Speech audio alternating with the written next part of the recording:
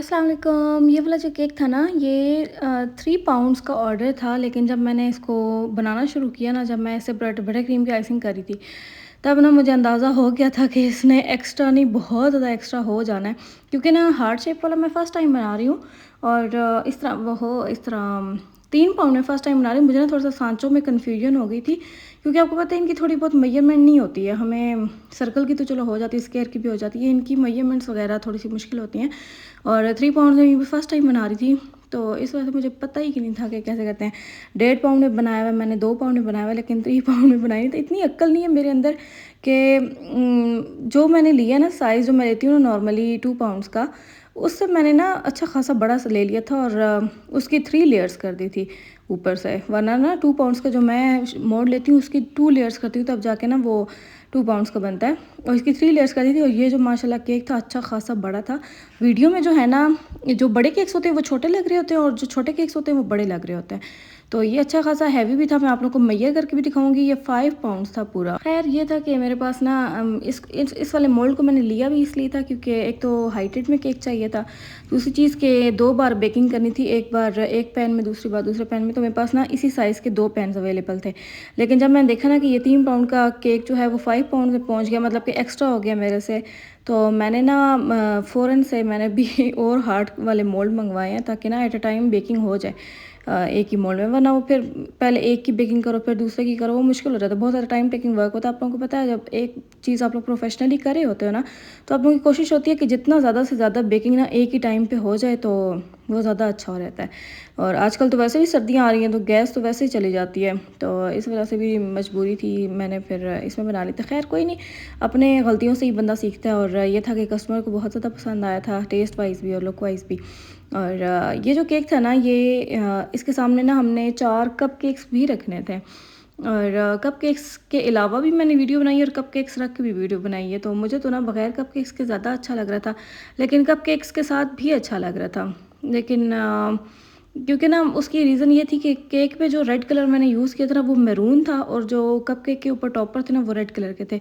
तो वो जो कलर थे ना वो सेम सेम नहीं था, इस वजह से भी थोड़ा सा हो रहा था। लेकिन इस केक की अपनी लुक जो थी ना वो ज़्यादा इन्हेंस हो रही थी कप केक्स के अलावा। और आज मैंने कोशिश की है, प्योर विंटेज स्टाइल नहीं होता जैसे अंग्रेज़ बनाते, बिल्कुल वैसे मैंने बनाने की कोशिश की। और इसकी मैंने इतनी फिनिशिंग की है ना कि बस मेरे ना धुएँ छूट गए थे। कोई घंटा मैंने बैठ के सिर्फ इसकी ना ये वाली फिनिशिंग की है, हो ही नहीं रही थी। फिर मैंने पानी गर्म किया, बार बार ना वो जो नाइफ़ होती है ना उसको पानी में गर्म सॉरी डिप कर करके मैं इसकी फिनिशिंग करी थी, क्योंकि स्क्रैपर से तो ये कंट्रोल नहीं हो रही थी। तो खैर ये था कि जब मैं डिज़ाइनिंग गई थी मैंने कहा नहीं, पहले डिज़ाइनिंग से पहले मैं इसका वेट कर लूँ। तो ये देखें ये 2600 बन रहा था। तो 5 पाउंड जो होता है ना वो तकरीबन तकरीबन 2200-2300 ग्राम होता है, ठीक है। तो उस हिसाब से काफ़ी ज़्यादा एक्स्ट्रा भी बन गया था। लेकिन वो है कि बोर्ड का भी होता है, वज़न होता है, उसके अलावा ये जो ऊपर थोड़ी बहुत डेकोरेशन कर ली थी उसका भी होता है। तो आप लोग ना 5 पाउंड्स माइंड में रखना।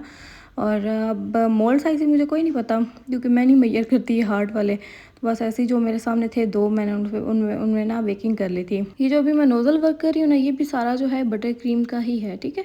और ये जब मैंने मैरून क्रीम बनाई थी ना, थोड़ा सा मेल्ट करके मैंने बनाई थी, तो उससे ना ये थोड़ा सा क्रीम मेल्टिंग पोजीशन पे आ गई थी। मैंने ना इसको तकरीबन 10 मिनट ना मैंने इसको फ्रीज़र में रख दिया था, ताकि ना ये अपनी असल वाली कंसिस्टेंसी में आ जाए। तो जब ये हार्ड हो गई थी तो फिर मैंने इसको ना थोड़ा सा स्पैचुला से मिक्स करके मैंने इसकी पाइपिंग करना शुरू कर दी थी। और हार्ड शेप इतनी परफेक्ट आई थी ना, ये जो पीछे से होता है ना गोलाई होती है, ये बड़े मज़े की आई है। और ऐसी गोलाई ही अच्छी लगती है। जब भी आप लोग केक्स वगैरह बनाते हैं ना, तो आप लोग इसकी कटिंग अच्छी खासी किया करो, ताकि अच्छी सी गोलाई आए। क्योंकि जब हम लोग क्रीम अप्लाई करते हैं ना, तो ये जो हम लोग थोड़े से किनारे काटते हैं ना वो भी बंद होना शुरू हो जाते हैं। तो इतनी इतनी ज़्यादा किया करें कि जब आप लोग क्रीम अप्लाई करो तो उसके बाद भी जगह छूट जाए। वरना फिर हार्ड वाला केक बनाने का फ़ायदा नहीं होता, वो तो फिर अजीब सी शक्ल बन जाती है। आज मैं सोच रही थी कि आज इतनी लंबी वीडियो है, मैं क्या बोलूँगी, और है भी एक ही केक। तो बातें करते करते ना 4 मिनट गुजर गए हैं। इससे आप लोग अंदाज़ा लगा सकते हो कि औरतें कितनी बातूं नहीं होती हैं। तो बस बातों में ये है कि सारा टाइम भी गुजर गया था। और ये बस वो जो होता है ना हार्ट वाला मोल्ड होता है, सॉरी कटर होता है, उससे मैंने दरमियान में ना हार्ट की शेप कट करके, और फिर भी ना वो सीधा नहीं कटा था। तो थोड़ा सा डिंगा फिंगा हो गया था।